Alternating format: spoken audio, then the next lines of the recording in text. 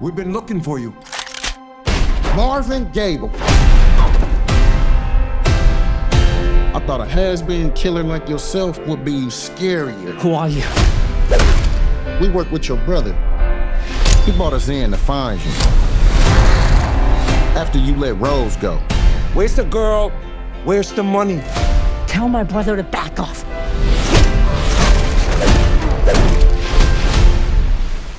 Love hurts. Man, this one hurt. And I'll explain why. So, this was something where I was like, oh, man, I really want to see this because it's Quan, who I like quite a bit. Goonies is one of my favorite movies. To me, personally, he was one of the better parts of Temple of Doom. And, now that he's on the rise again, thanks to Everything Everywhere All at Once, which was my favorite movie the year it came out, swept the Oscars, and he's been getting a lot of more work lately. And he's doing a action movie that is from the same producers as John Wick, Bullet Train, Nobody. And I'm like, oh, this sounds awesome. And he's doing his own action? This is awesome. I want to go see this. And somehow it sucked. Okay, so in this, Quan plays a real estate guy who has his own business, but he has a past that he's kind of thrown away. He's run away from it, and all of a sudden, the woman he loves when he was in this past, which it was a kind of hitman business with his brother. The woman that that he loved, that his brother wanted him to kill, he didn't kill, and instead told her to get out and that fake your death. And so he then left, and she comes back and pulls him back in. To then it just goes sporadic, and right there is where I started to have issues with the film. Quan, he's awesome. I love the guy. And he shows that he can do action.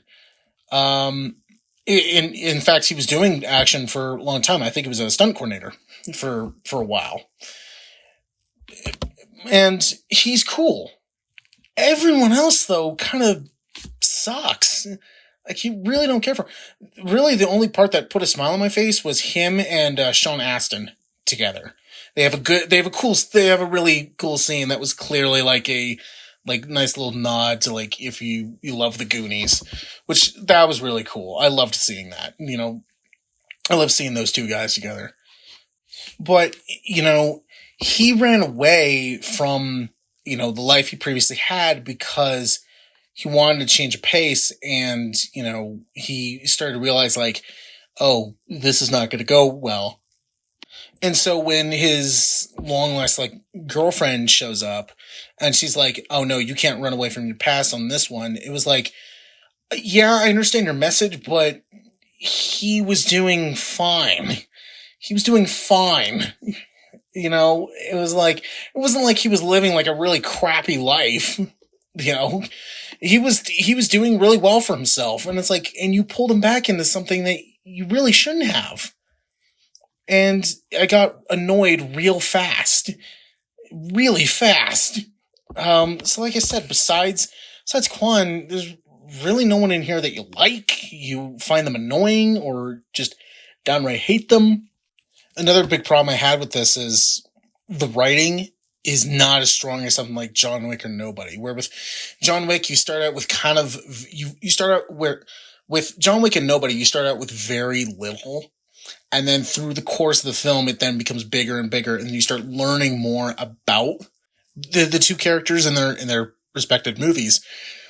But here, where it's okay, I get it, but whatever. And it really felt like it was okay, we got this thing, and we kind of need to stretch it out. And the thing is they stretched this out to an 80-minute movie. This honestly felt at times, this felt like a short film. where it was like, it was 40 minutes long, and they went, oh, guys, we need to get this to feature length. And so it barely crosses over 8 to 80 minutes. And it's like, guys, this could have been resolved 40 minutes ago. And like this, like even like some subplots in there, like one involving an assassin that comes after Quan, he then knocks out, and then his like assistant finds him and then like immediately falls in love with him. It's like, this does not need to be here. This can easily be cut out. It's like, or if you want to have this in here, write it better. Don't pull the 50 Shades of Grey thing where it's like, oh, he's mysterious, he's hot, oh, I love him. Like, don't pull that, because that's just dumb. And, you know, and to even have, like, you know, some cameos in there, like, you know, like Sean Astin, he plays his boss, he's barely in it. And it's kind of like, okay, dude, it's cool you're here, but did you need to be here? Not really.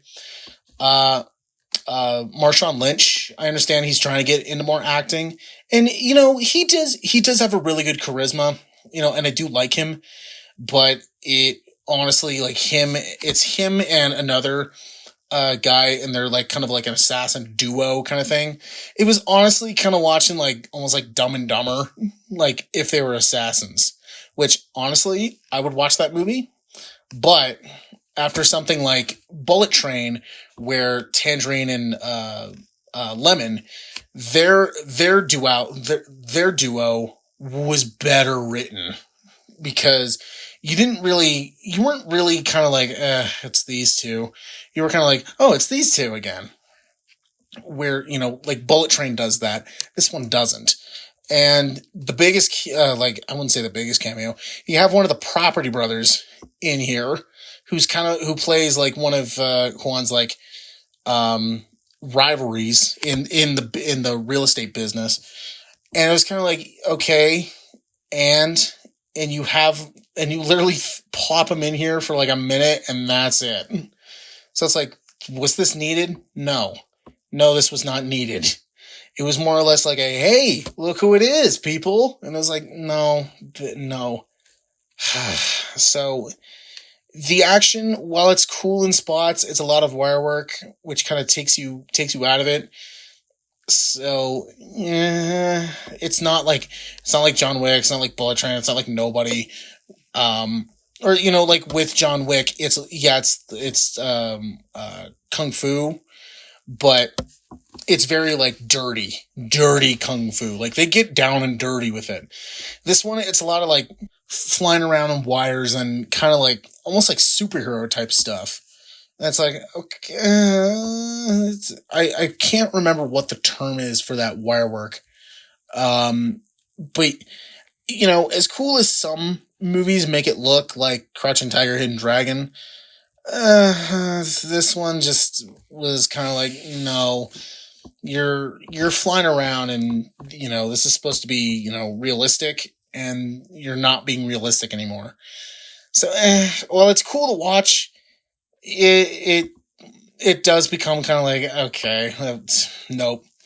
Especially, you know, with it being kind of it's supposed to be kind of similar to like John Wick and like Nobody and those type of movies. The movies that are done by 87 North Productions, that group, where they do all these, it's you know, it just kind of feels a waste.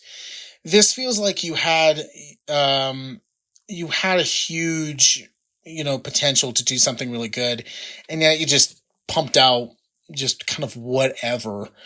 You know, instead of this being a treat to watch, it turns out to be more of a heartbreak, because there is a lot of potential here. You know, you have Quan still fresh off of his Oscar win, and you know, he's doing an action movie. Great. You know, that's awesome. Do it. And it's just wasted. It's definitely not bad, but it's not good either. It's kind of like I saw it, and would I watch this again? No. Despite some of the things that I did like, the main thing that brings this movie down, it's the writing. The writing is what is just so weak.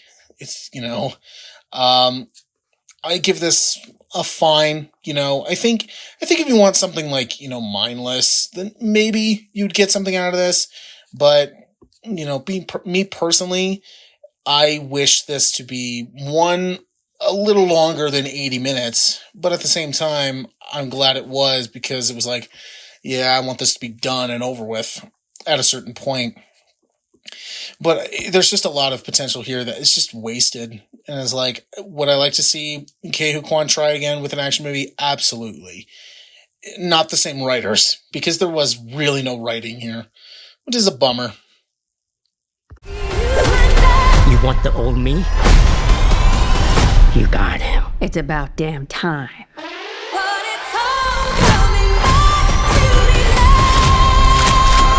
Sorry, brother. Love hurts.